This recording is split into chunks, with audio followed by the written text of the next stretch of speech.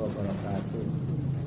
Alhamdulillahirabbil alamin wassalatu wassalamu ala asyrafil anbiya'i wal mursalin Muhammadin sallallahu alaihi wasallam wa ala alihi wasallam. Jemaah salat maghrib yang dirahmati Allah, mari kita selalu bersyukur kepada Allah Subhanahu wa taala, di mana kita pada sore hari ini Allah berikan kita kesempatan dan kesehatan sehingga kita bisa melaksanakan salah satu dari kita, yaitu berjamaah. Mudah-mudahan bagi jemaah yang masih ada di masjid ini dapat mengikuti pengajian kita pada malam hari ini, dan kita berharap dan bermohon kepada Allah Subhanahu wa taala agar duduknya kita di masjid ini mendapatkan ganjaran yang berlipat ganda dari Allah Subhanahu wa taala. Amin. Selanjutnya penyampaian sampai dengan waktu azan Isya, nanti setelahnya kita lanjutkan dengan diskusi dan tanya jawab. Demikian, assalamualaikum warahmatullahi wabarakatuh. Assalamualaikum warahmatullahi wabarakatuh. Innal hamdalillah nahmaduhu wa nasta'inuhu wa nastaghfiruhu wa natubu ilayh. Wa na'udzu billahi min sururi anfusina wa min sayyiati a'malina. May yahdihillahu fala mudilla lahu wa may yudlil fala hadiya lahu. Asyhadu an la ilaha illallah wahdahu la syarika lahu wa ashhadu anna Muhammadan abduhu wa rasuluhu la nabiyya ba'da. Amma ba'du, fa inna asdaqal hadithi kitabullah wa khairal hadyi hadyi Muhammadin sallallahu alaihi wasallam wa syarral umuri muhdatsatuha fa inna kulla muhdatsatin bid'ah wa kulla bid'atin dhalalah wa kulla dhalalatin finnar. Jemaah pengajian rahimani wa rahimakumullah, sebagaimana hadis yang saya bacakan di khutbatul hajah ini, apa yang kita akan bahas pada malam hari ini adalah sebaik-baik perkataan, sejujur-jujur perkataan, yaitu firman Allah Subhanahu wa ta'ala. Walhamdulillah, jemaah pengajian rahimani wa rahimakumullah, kita selalu memuji Allah Subhanahu wa ta'ala dalam setiap kesempatan yang diberikan kepada kita semuanya, terutama kesempatan-kesempatan menuntut ilmu seperti ini, kesempatan kita mentadabburi firman-firman Allah Subhanahu wa ta'ala, yang tentu jemaah pengajian rahimani wa rahimakumullah, hanya orang-orang yang diberi hidayah oleh Allah Subhanahu wa ta'ala yang meluangkan waktunya, melapangkan hatinya untuk mentadabburi apa yang difirmankan oleh Allah Subhanahu wa ta'ala yang diturunkan di tengah-tengah kita semuanya. Seperti biasa jemaah pengajian rahimani wa rahimakumullah, yang kita tadabburi ini adalah surat Yusuf, yang dari awal sampai akhir bercerita tentang kisah Nabi Yusuf alaihissalam. Pada pertemuan-pertemuan yang telah lalu jemaah pengajian rahimani wa rahimakumullah, kita sudah sampai pada cerita bahwasanya Nabi Yusuf alaihissalam dipenjara oleh Al-Aziz sang menteri untuk menghindari fitnah yang menyebar di tengah masyarakat. Dan beliau bertemu dengan dua pelayan raja yang juga dipenjara, dituduh hendak meracuni sang raja. Kemudian dua orang pelayan ini bermimpi, dan karena kebetulan teman mereka sepenjara adalah orang yang terlihat saleh, berpengetahuan, baik, bukan orang yang putus asa ketika mendapat musibah dari Allah Subhanahu wa ta'ala. Akhirnya mereka menanyakan tentang tafsir mimpi mereka berdua.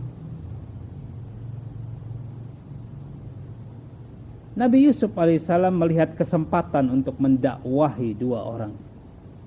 Sebelumnya Nabi Yusuf alaihissalam telah menanamkan kepercayaan bahwasanya beliau bukan orang yang dipenjara karena melakukan sebuah hal yang tidak layak. Beliau memperkenalkan diri beliau, bapak moyang beliau adalah para nabi dan para rasul. Kemudian beliau mendakwahi dua pelayan tersebut sampai beliau menjelaskan tentang sebaik-baik Tuhan itu adalah Tuhan yang satu, yang Maha Esa, yang memiliki seluruh kesempurnaan dalam sifat-sifatnya. Adapun Tuhan-Tuhan yang disembah selain Allah Subhanahu wa taala memiliki kekurangan-kekurangan yang menunjukkan secara akal bahwasanya Tuhan-Tuhan tersebut bukan Tuhan yang sebenarnya, bukan sesembahan yang sebenarnya. Jemaah pengajian rahimani wa rahimakumullah, beginilah cara mendakwahi non-muslim. Kita menunjukkan kepada mereka sesembahan yang hakiki itu adalah Allah Subhanahu wa taala yang memiliki sifat-sifat yang maha sempurna. Adapun sesembahan-sesembahan selain Allah Subhanahu wa taala bisa dibuktikan pasti memiliki kekurangan-kekurangan. Jangankan jemaah pengajian rahimani wa rahimakumullah, sesembahan-sesembahan selain Allah. Ada agama yang menyembah Allah Subhanahu wa taala juga seperti agama Islam ini. Namun mereka tidak mengimani kenabian Rasulullah sallallahu alaihi wasallam. Mereka merubah-rubah isi kitab suci yang diturunkan oleh Allah Subhanahu wa taala. Kalau kita bongkar kitab mereka, kita akan menemukan Tuhan yang mereka sembah, yang mereka sebut sebagai Allah Subhanahu wa taala, memiliki kekurangan-kekurangan dalam kitab mereka. Orang Nasara menyebutkan bahwasanya Tuhannya capek ketika menciptakan langit dan bumi ini dalam 6 masa. Di hari ke-7 Tuhan itu istirahat. Tuhan apa yang seperti itu?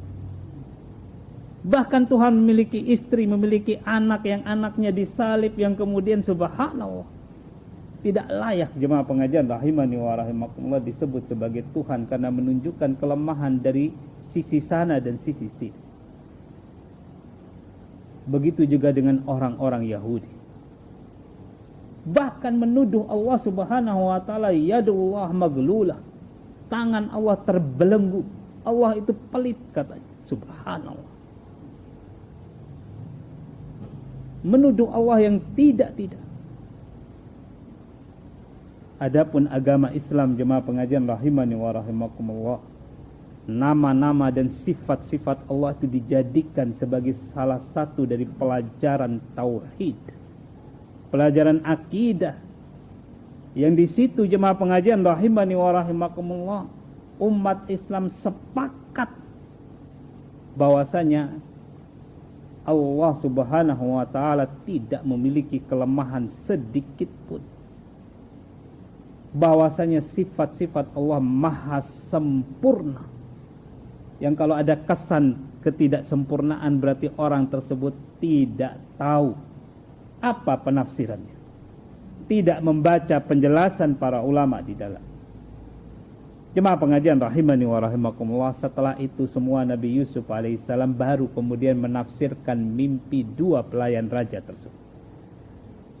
Kita lanjutkan di ayat yang ke-41. Allah Subhanahu wa taala berfirman, ya sahibai sijni. Nabi Yusuf alaihissalam berkata, wahai dua penghuni penjara, pelayan raja. Amma ahadukuma, adapun salah seorang di antara kalian berdua, fayaski rabbahu khamra, maka dia akan tetap melayani raja untuk memberikan minum khamar bagi sang raja. Wa ammal akharu, adapun yang lainnya, fayuslabu, maka dia akan disalib. Fata'kulut tayru min ra'si, dan kepalanya akan dimakan oleh burung bangkai karena dia sudah mati disalib. Faqudiyal amru, telah terjawab perkara alladzi fihi tastaftin, yang kalian berdua tanyakan kepadaku. Jemaah pengajian rahimani wa rahimakumullah, kalau kita menilik kembali mimpi mereka berdua, yang satu orang jemaah pengajian rahimani wa rahimakumullah bermimpi memeras anggur. Yang kedua jemaah pengajian rahimani wa rahimakumullah bermimpi membawa roti di atas kepalanya. Kemudian burung memakan sebagian dari roti tersebut.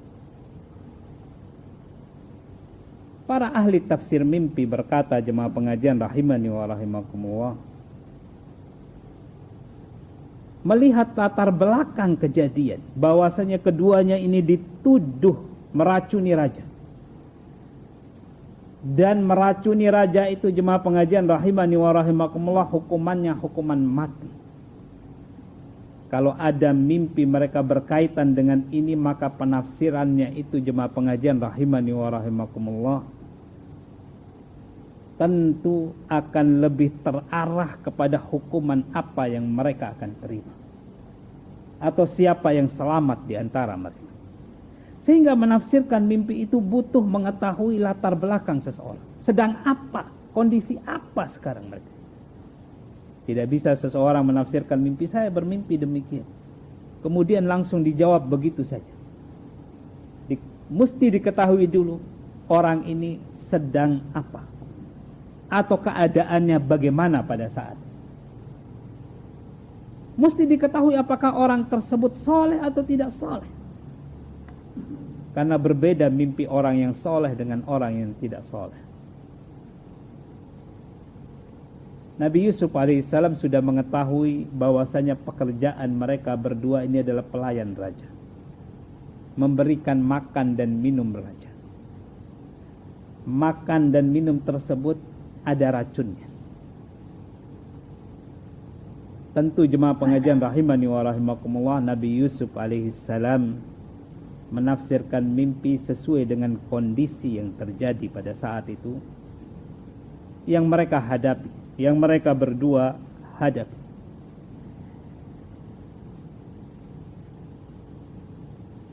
Yang satu jemaah pengajian rahimani wa rahimakumullah bermimpi membawa roti di atas kepalanya, kemudian burung memakan roti tersebut.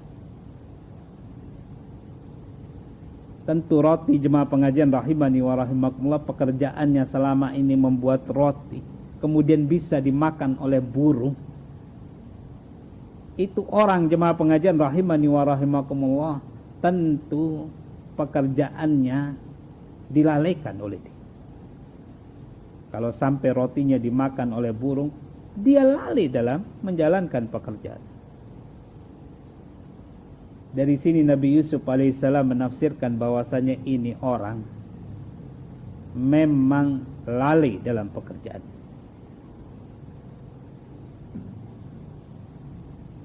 Dan karena jemaah pengajian rahimani wa rahimakumullah, cuman ada dua kemungkinan, apakah si A atau si B dari kedua pelayan raja ini yang akan dihukum mati. Maka yang layak jemaah pengajian rahimani wa rahimakumullah dihukum mati adalah orang yang lalai dari pekerjaannya. Sampai-sampai jemaah pengajian rahimani wa rahimakumullah, burung akan mendatangi dan memakan kepalanya karena pekerjaannya membuat roti yang kemudian dia masukkan ke dalam roti tersebut racun untuk membunuh sang raja. Adapun yang kedua normal mimpinya, yasqi rabbahu khamra. Dia membuat khamr, memeras anggur, memberikan sang raja minum. Artinya pekerjaannya akan tetap. Dia akan selamat dari tuduhan membunuh, meracuni sang raja. Jemaah pengajian rahimani wa rahimakumullah, semoga Allah subhanahu wa ta'ala merahmati kita semuanya. Dari ayat ini kita bisa mengambil pelajaran bahwasanya kesamaan orang dalam suatu keadaan tidak berarti mereka akan mendapat nasib akhir yang sama. 3 orang dalam penjara, Nabi Yusuf dan 2 pelayan raja. Sama-sama dalam satu keadaan yang menyedihkan. Tapi yang satu, jemaah pengajian rahimani wa rahimakumullah, akan disalib, kemudian kepalanya dimakan oleh burung, kemudian dia akan dipendam di dalam tanah. Yang satu selamat, mendapatkan kembali pekerjaannya. Yang satu, jemaah pengajian rahimani wa rahimakumullah, akan dikeluarkan dari penjara selamat dan mendapatkan kedudukan yang sangat tinggi. Pemimpin dalam urusan agama dan pemimpin dalam urusan dunia. Nabi Yusuf alaihissalam, seorang menteri keuangan, perbendaharaan Mesir, dan seorang nabi. Kedudukan dunia dan akhirat, subhanallah, luar biasa. Jemaah pengajian rahimani wa rahimakumullah, semoga Allah subhanahu wa ta'ala merahmati kita semuanya. Dari sini juga kita bisa mengambil pelajaran bahwasanya setiap kesenangan itu pasti akan hilang, kecuali kenikmatan penduduk surga. Dan setiap derita juga akan hilang di dunia ini, kecuali deritanya penduduk neraka. Siapapun yang mendapat derita, jemaah pengajian rahimani wa rahimakumullah, ujungnya imma dia akan mati di dunia ini, atau dia akan lepas dari penderitaan tersebut kemudian mendapatkan kenikmatan setelah. Penderitaan di dunia ini tidak ada yang bertahan sepanjang masa, karena memang dunia ini dunia yang fana. Dan badan kita, jemaah pengajian rahimani wa rahimakumullah, punya kemampuan, batas kemampuan untuk menahan derita. Kalau sudah tidak lagi mampu menahan, maka yang terjadi bisa jadi orang tersebut pingsan dan dia tidak merasakan apa-apa, atau mati, atau barangkali menjadi orang yang gila, juga tidak merasakan apa-apa. Kesenangan di dunia ini juga, jemaah pengajian rahimani wa rahimakumullah, akan hilang. Hilang dengan barang-barang kita dicuri, diambil, atau kita sakit, atau kemudian kita meninggal dunia. Derita dan kesenangan yang tidak akan pernah putus itu di akhirat kelak. Tidak akan pernah putus sama sekali. Oleh karena itu, jemaah pengajian rahimani wa rahimakumullah, ini menjadi prinsip hidup kita agar kita punya kekuatan jiwa, bahwasanya musibah apapun yang menimpa kita pasti akan berlalu, tidak akan bertahan sepanjang masa. Sesuatu yang berlalu, mengapa kita mesti sampai menyesalinya, jemaah pengajian rahimani wa rahimakumullah, akhirnya melupakan apa yang wajib kita kerjakan, akhirnya membuat kita menjadi orang yang jahat, membuat kita menjadi orang yang buruk. Padahal sesuatu itu akan berlalu. Secara akal dan nalar yang sehat, jemaah pengajian rahimani wa rahimakumullah, sesuatu yang fana dan sirna itu selayaknya tidak mempengaruhi pribadi kita, karena akan berlalu. Jangan khawatir, akan sirna semua. Prinsip ini mestinya kita ingat pada saat kita mendapat musibah, pada saat kita sakit, bahkan sakit keras sekalipun. Mari kita ingat prinsip ini. Musibah apapun jangan mempengaruhi kita, karena musibah di dunia ini akan sirna semua. Begitu juga kesenangan hidup kita di dunia ini. Jangan sampai mempengaruhi kita kemudian membuat kita menjadi orang yang sombong. Karena itu semua, jemaah pengajian rahimani wa rahimakumullah, akan sirna, tidak akan bertahan. Yang ketiga yang bisa kita ambil pelajaran dari ayat ini, jemaah pengajian rahimani wa rahimakumullah, bahwasanya menyampaikan dan menyebarkan ilmu itu hukumnya wajib tanpa syarat. Nabi Yusuf alaihissalam menyampaikan ilmunya. Ilmu yang paling penting disampaikan oleh Nabi Yusuf adalah ilmu tauhid, mengesahkan Allah subhanahu wa ta'ala, meninggalkan sesembahan-sesembahan selain Allah. Itu yang paling penting. Dan itu yang membuat orang itu punya kekuatan jiwa. Membuat orang itu bisa mengambil keputusan-keputusan bijak di dalam hidup. Ilmu yang kedua yang disampaikan oleh Nabi Yusuf adalah ilmu tafsir mimpi. Dan beliau menyampaikan hal tersebut, jemaah pengajian rahimani wa rahimakumullah, tidak pakai imbalan, tidak pakai syarat apapun, tidak. Begitulah ilmu agama ini, jemaah pengajian rahimani wa rahimakumullah. Ilmu agama ini gratis, tidak berbayar. Ilmu agama demikian. Dan tidak ada satu orang pun boleh menyembunyikan ilmu agama. Allah Subhanahu wa taala berfirman dalam surat Al-Baqarah ayat yang ke-174. Innal ladzina yaktumuna ma anzalallahu minal kitab.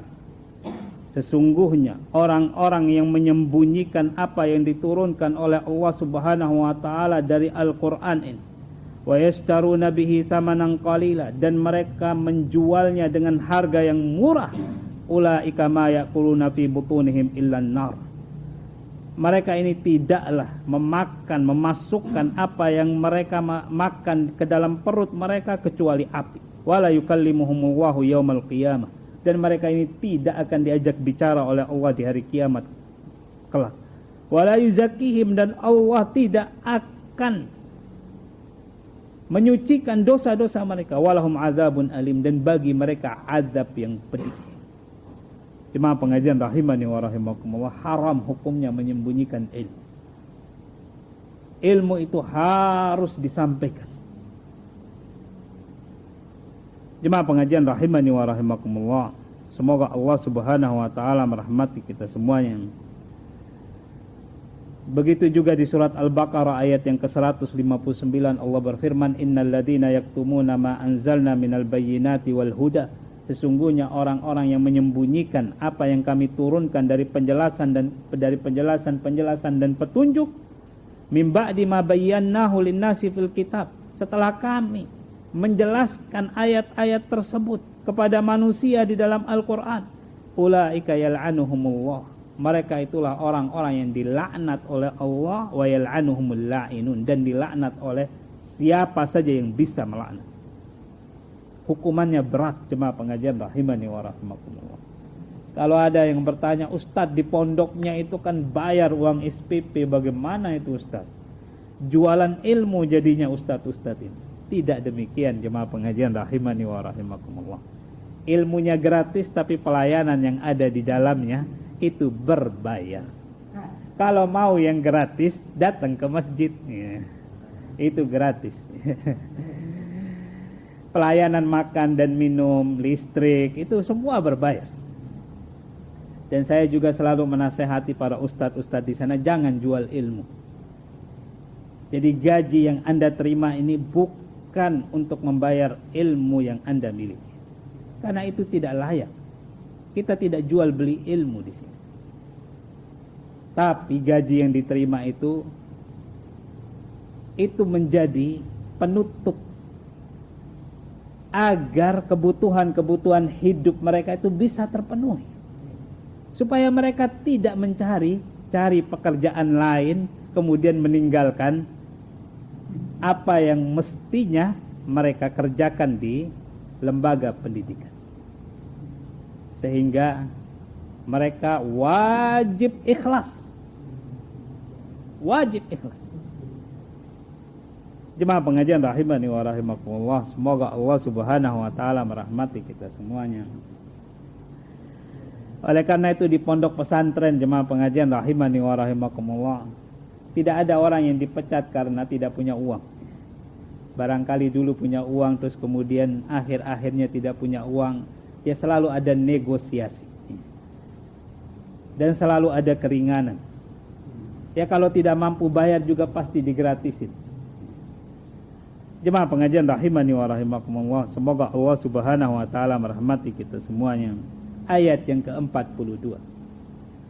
setelah menjelaskan semua ilmu tersebut, baru Nabi Yusuf alaihissalam minta sesuatu. Di akhir mintanya, bukan minta uang. Allah subhanahu wa ta'ala mengisahkan perkataan Nabi Yusuf, waqala, dan Nabi Yusuf berkata, lilladzina dhanna, kepada yang dia sangka, annahu najin, bahwasanya dia akan selamat, yaitu yang bertugas memberi minum raja, membuat minuman raja. Annahu najin minhuma, yang beliau sangka bahwasanya orang tersebut akan selamat dari keduanya. Udkuruni inda rabbik, sebut saya nanti di sisi rajam. Kan pelayan ini pasti akan datang menemui raja dengan minuman-minuman. Nah, itu saja yang diminta oleh Nabi Yusuf. Sebut saya di hadapan raja. Maksudnya bukan menyebut nama Nabi Yusuf begitu saja, tidak. Tapi sebut kisahnya Nabi Yusuf alaihissalam. Fa'ansahu syaitan, kemudian syaitan membuat dia lupa dzikra rabbih, untuk menyebutkan hal tersebut di sisi sang raja. Ini terjemahan pertama. Menurut sebagian ahli tafsir, dan ini pendapat yang sangat kuat, yang lupa di sini, yang dibuat oleh syaitan itu lupa, yaitu sang pelayan. Lupalah dia menyebutkan. Kenapa sampai bisa lupa jemaah pengajian rahimani wa rahimakumullah? Syaitan yang membuat dia lupa. Dan jemaah pengajian rahimani wa rahimakumullah, orang kalau sudah berada dalam penderitaan, kemudian mendapatkan kesenangan hidup setelah penderitaan, yang lampu-lampu itu dilupakan semua. Rata-rata demikian. Bahkan ada yang sampai lupa diri. Dulu pengemis, sekarang menjadi raja, diraja batu bara misalnya. Lupa kalau dia dulu miskin. Tidak ingat dia siapa teman-temannya sesama miskin dan pemulung dahulu kala. Kecuali tentu saja orang-orang yang soleh. Kalau orang-orang yang soleh pasti akan mengembalikan nikmat itu kepada Allah subhanahu wa ta'ala, dan mengingat teman-teman. Tapi kalau orang yang tidak soleh, cuma pengajian rahimani wa rahimakumullah, sangat mudah syaitan membuat dia lupa. Fala bisa fis sijni bid'a sinin. Karena itu Nabi Yusuf tetap dalam penjara beberapa tahun lamanya setelah pelayan tersebut dikeluarkan dari penjara. Jemaah pengajian rahimani wa rahimakumullah, semoga Allah subhanahu wa ta'ala merahmati kita semuanya.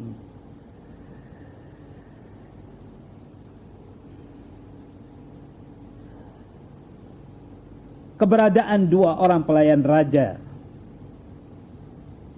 dan mimpi mereka dalam penjara bersama Nabi Yusuf alaihissalam adalah kabar gembira kepada Nabi Yusuf alaihissalam. Kenapa demikian jemaah pengajian rahimani wa rahimakumullah? Karena Nabi Yusuf tahu bahwasanya sang pemeras anggur ini akan selamat. Dia selamat karena tidak bersalah, bukan dia yang meracuni raja. Dan raja tahu itu sehingga dia dibebaskan. Yang dihukum adalah orang yang memberi racun melalui makanan yang dihidangkan ke raja, yaitu pembuat roti. Itu yang disalib kemudian mati. Nabi Yusuf alaihissalam memberikan, minta kepada yang akan selamat tersebut supaya disebutkan kasusnya di hadapan sang raja, bahwasanya dia di penjara juga bukan karena sebuah kesalahan. Yang salah bukan beliau. Raja ketika akan disebutkan seperti ini tentu akan berpikir, karena raja di mana-mana itu jemaah pengajian rahimani wa rahimakumullah cerdas. Kalau tidak cerdas, maka menteri-menterinya yang cerdas-cerdas. Kalau semuanya goblok, sehari dia akan jadi raja, esok orang lain yang akan jadi raja. Jemaah pengajian rahimani wa rahimakumullah,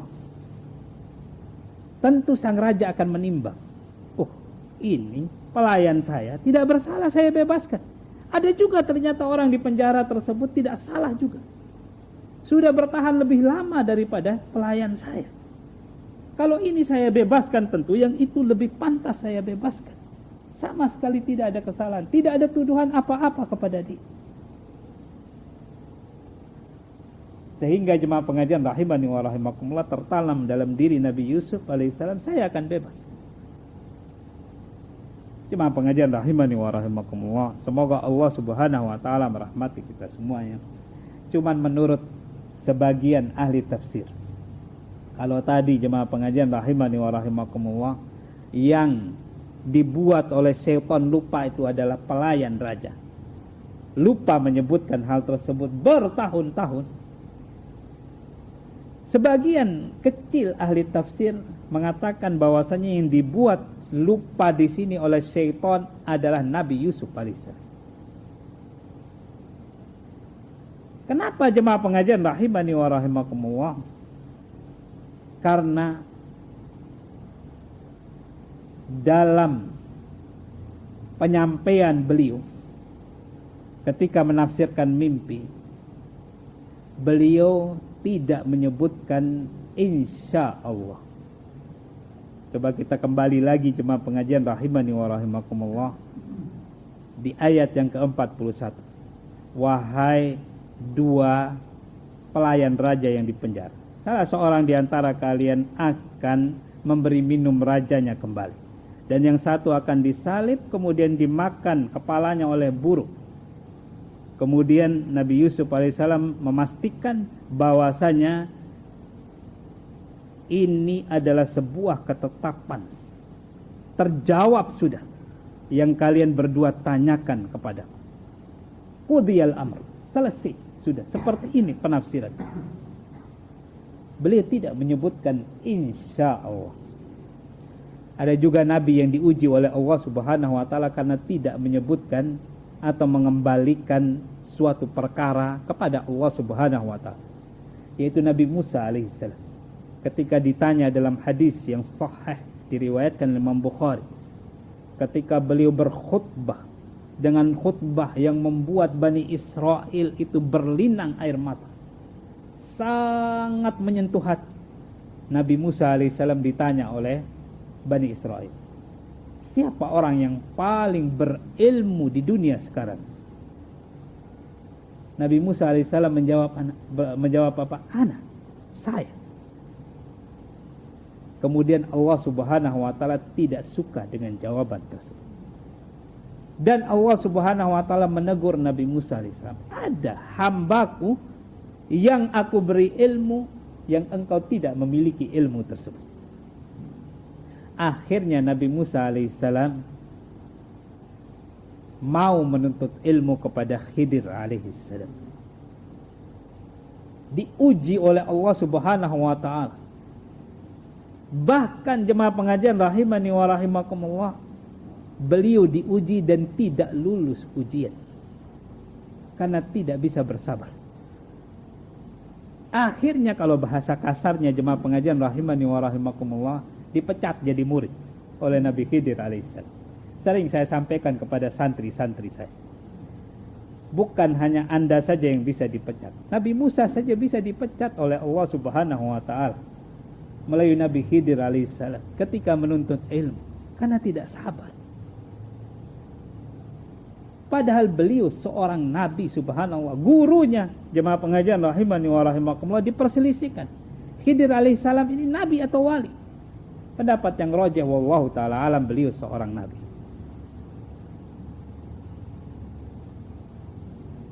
Jemaah pengajian rahimani wa rahimakumullah, semoga Allah subhanahu wa ta'ala merahmati kita semuanya. Nabi Yusuf pun diuji oleh Allah subhanahu wa ta'ala karena tidak menyebutkan insya Allah. Rasulullah sallallahu alaihi wasallam pun ditegur oleh Allah subhanahu wa ta'ala. Harus orang itu menyebutkan sesuatu dengan insya Allah, mengembalikan segala urusan kepada Allah subhanahu wa ta'ala. Akhirnya beliau pun bertahan di penjara bertahun-tahun syaitan membuat sang pelayan lupa untuk menceritakan bagaimana kondisi Nabi Yusuf, perkaranya beliau dipenjara dengan zalim oleh sang menteri. Jemaah pengajian rahimani wa rahimakumullah, oleh karena itu semestinya jemaah pengajian rahimani wa rahimakumullah, segala urusan kita di dunia ini kita gantungkan kepada Allah Subhanahu wa taala, apapun itu. Kecil apalagi yang besar, gantungkan semuanya kepada Allah Subhanahu wa taala. Karena itulah kita disebut sebagai hamba. Hamba itu adalah orang yang seluruh kepemilikannya itu milik tuannya. Hatta hari esok kita ini milik Allah Subhanahu wa taala. Tidak ada yang milik kita, jemaah pengajian rahimani wa rahimakumullah.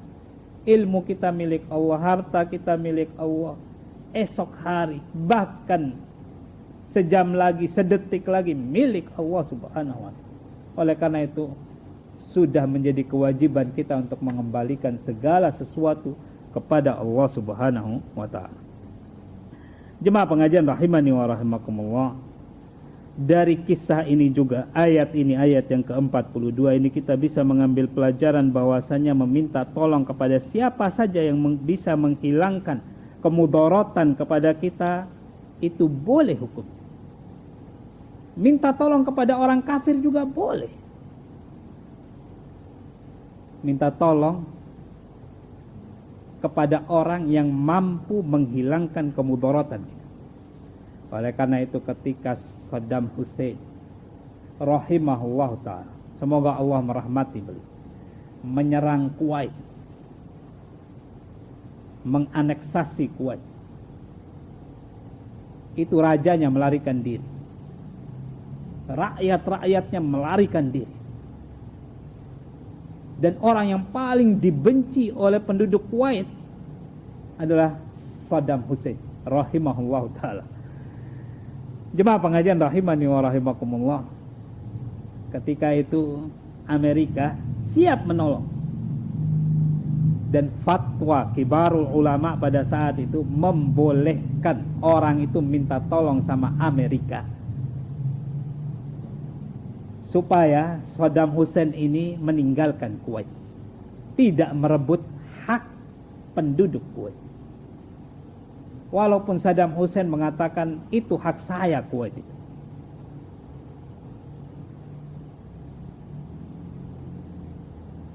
Tentu saja mudarat untuk penduduk Kuwait. Sehingga mereka menggunakan kaidah ini. Boleh minta tolong kepada siapapun walaupun dia orang kafir, yang penting orang tersebut bisa menghilangkan kemudaratan. Inilah yang tidak dimengerti oleh sebagian aktivis jemaah pengajian rahimani wa rahimakumullah. Mengatakan bahwasanya ini kenapa ini orang muslim kok diadu, Saddam Hussein diadu sama orang kafir. Kenapa itu orang Kuwait minta tolong sama Amerika, sama orang-orang kafir? Akhirnya yang disalahkan adalah para ulama-ulama kibar. Mereka dikatakan, ulama-ulama besar dunia tersebut dikatakan sebagai orang-orang yang munafik katanya, karena membuat Saddam Hussein berperang dengan Amerika Serikat. Ini bukan perang yang menghilangkan negara Kuwait. Karena perang yang menghilangkan negara Kuwait itu akibat dari WTC yang runtuh itu. Kemudian Amerika cari-cari alasan untuk menghancurkan Kuwait, entah senjata nuklir kah, entah apalah. Akhirnya mereka menyerbu Kuwait. Bukan karena menyerbu Irak. Bukan karena masalah Kuwait. Kalau masalah Kuwait dulu jemaah pengajian rahimani wa rahimakumullah, itu masalah karena Saddam Hussein mau mencaplok Kuwait, diusir begitu saja oleh Amerika, selesai urus. Negara Kuwait bertahan, Saddam Hussein masih menjadi presiden. Yang kita sesalkan yaitu pekerjaan sebagian orang yang mau diperalat oleh orang-orang Yahudi, orang-orang kafir untuk ngebom WTC sana itu. Kemudian yang membuat dua negara Islam hancur lebur. Penderitaan rakyatnya tidak terkira. Lahirlah ISIS yang menghancurkan juga negara-negara di sekitarnya. Waliyadzubillah. Memang perjuangan itu jemaah pengajian rahimani wa rahimakumullah harus kira-kira. Jangan sampai umur 5 tahun kemudian mau ngelawan orang yang dewasa umur 20 tahun, 40 tahun, ya disikat. Harus kira-kira jemaah pengajian rahimani wa rahimakumullah. Harus pakai akal sehat kalau mau berjuang. Jemaah pengajian rahimani wa rahimakumullah, semoga Allah Subhanahu wa taala merahmati kita semuanya. Kalau ditanya jemaah pengajian rahimani wa rahimakumullah, Nabi Yusuf kok bisa lupa menyebut nama Allah Subhanahu wa taala? Lupa menyebut insya Allah, kan beliau seorang nabi. Jawabannya jemaah pengajian rahimani wa rahimakumullah, nabi juga bisa lupa. Nabi itu manusia, bukan malaikat. Bisa lupa. Oleh karena itu saya sangat tidak setuju kepada sebagian penceramah, sebagian para penceramah jemaah pengajian rahimani wa rahimakumullah yang mengangkat derajat Nabi kita seolah-olah tidak punya salah, tidak punya sama sekali kelemahan sebagai manusia. Soalnya ada penceramah yang bilang, saya tidak percaya hadis sahih yang menyebutkan Nabi itu terluka pipinya dalam perang Uhud. Nabi kita manusia biasa. Beliau tidak punya tenaga dalam. Beliau bisa terluka. Mungkin dalam posisi-posisi lain, seperti ketika beliau hendak dibunuh, hendak ditebas dengan pedang orang tersebut jatuh. Itu karena Allah Subhanahu wa taala mengutus malaikat untuk melakukan demikian. Tapi dalam kesempatan yang lain yang beliau tidak dilindungi, beliau akan kena juga. Salah satunya jemaah pengajian rahimani wa rahimakumullah, beliau bisa lupa. Sebagaimana dalam hadis yang diriwayatkan Imam Bukhari dan Imam Muslim, Rasulullah SAW bersabda, "Innama ana basyarum mislukum." Saya ini manusia seperti kalian. Ansa kamatan saud, saya bisa lupa seperti kalian juga bisa lupa. Fa idza nasitu fadzakiruni. Kalau saya lupa, ingatkan saya. Nabi Yusuf alaihissalam juga bisa lupa. Nabi Musa alaihissalam bisa lupa. Nabi Adam yang diciptakan langsung oleh Allah Subhanahu wa taala bisa lupa. Jemaah pengajian rahimani wa rahimakumullah, semoga Allah Subhanahu wa taala merahmati kita semuanya. Dari sini kita bisa mengambil pelajaran juga melupakan Allah Subhanahu wa taala.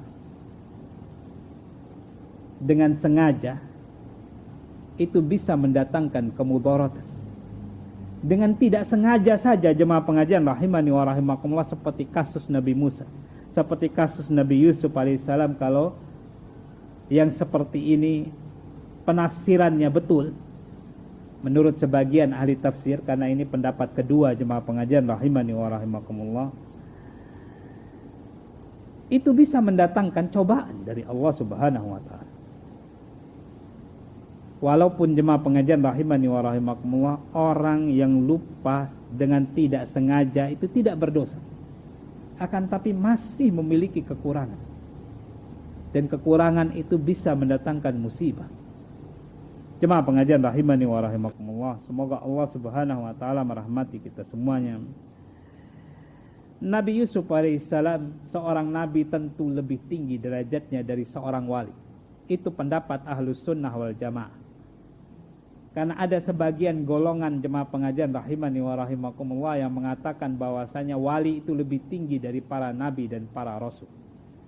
Bahkan ada juga yang mengatakan nabi-nabi itu ilmunya hanya di pinggir pantai. Kami ini ilmu kami di tengah samudra sana. Ada orang yang agak sedikit miring berkata demikian.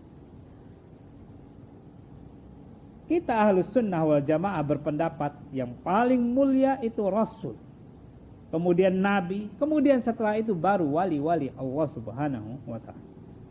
Nabi saja jemaah pengajian rahimani wa rahimakumullah Rasul. Sebagian berpendapat bahwasanya Nabi Yusuf alaihissalam ini adalah Rasul. Sebagian lagi berpendapat bahwasanya beliau hanya nabi saja. Kalau saya bawakan khilafnya di sini mungkin akan menghabiskan waktu kita yang tinggal sedikit. Jadi jemaah pengajian rahimani wa rahimakumullah, semoga Allah Subhanahu wa taala merahmati kita semuanya. Beliau nabi saja. Rasul atau nabi, kedudukan beliau Nabi Yusuf alaihissalam itu menjalankan hukum sebab dan akibat. Tidak pakai bim salah bim. Tidak sebagaimana cerita-cerita ngawur sebagian orang tentang wali-wali, jemaah pengajian rahimani wa rahimakumullah, dengan mudahnya berkata, "Cret, keluar penjara. Cret, pesawat bisa mundur balik. Cret, ini terjadi begitu, ini terjadi begitu." Nabi Yusuf alaihissalam, kalau bisa beliau keluar dari penjara, beliau akan keluar, akan balik ke rumahnya orang tua beliau Nabi Yakub alaihissalam. Mantap, bagus. Dan kita yakini Nabi Yusuf alaihissalam ini punya gaya bicara yang bagus. Coba lihat bagaimana beliau menyampaikan nasihat, subhanallah. Runtutan nasihatnya, kalimat-kalimatnya sampai dikisahkan oleh Allah dalam Al-Quran. Kalau kalimatnya ecek-ecekan, buat apa dibawakan oleh Allah di dalam Al-Quran? Karena kalimatnya mantap, bagus, karena beliau seorang nabi, dibawa kalimatnya, subhanallah. Mantap. Sebagaimana yang kita bahas di ayat-ayat yang sebelumnya. Jadi itulah yang membuat jemaah pengajian rahimani wa rahimakumullah, kedua pelayan ini percaya kepada Nabi Yusuf. Wallahu ta'ala alam, barangkali cukup demikian pelajaran kita pada malam hari ini. Semoga kisah Nabi kita yang mulia Nabi Yusuf alaihissalam ini bisa memberikan banyak pelajaran kehidupan dunia dan akhirat untuk kita semuanya, sehingga kita menjadi orang-orang yang berada di atas siratul mustaqim, selalu berada di atas jalan yang lurus sampai kita dikumpulkan di surganya Allah Subhanahu wa taala kelak. Wa akhiru da'wan alhamdulillahi rabbil alamin. Subhanakallahumma rabbana wa bihamdika asyhadu an la ilaha illa anta astaghfiruka wa atubu ilaik. Wassalamualaikum warahmatullahi wabarakatuh.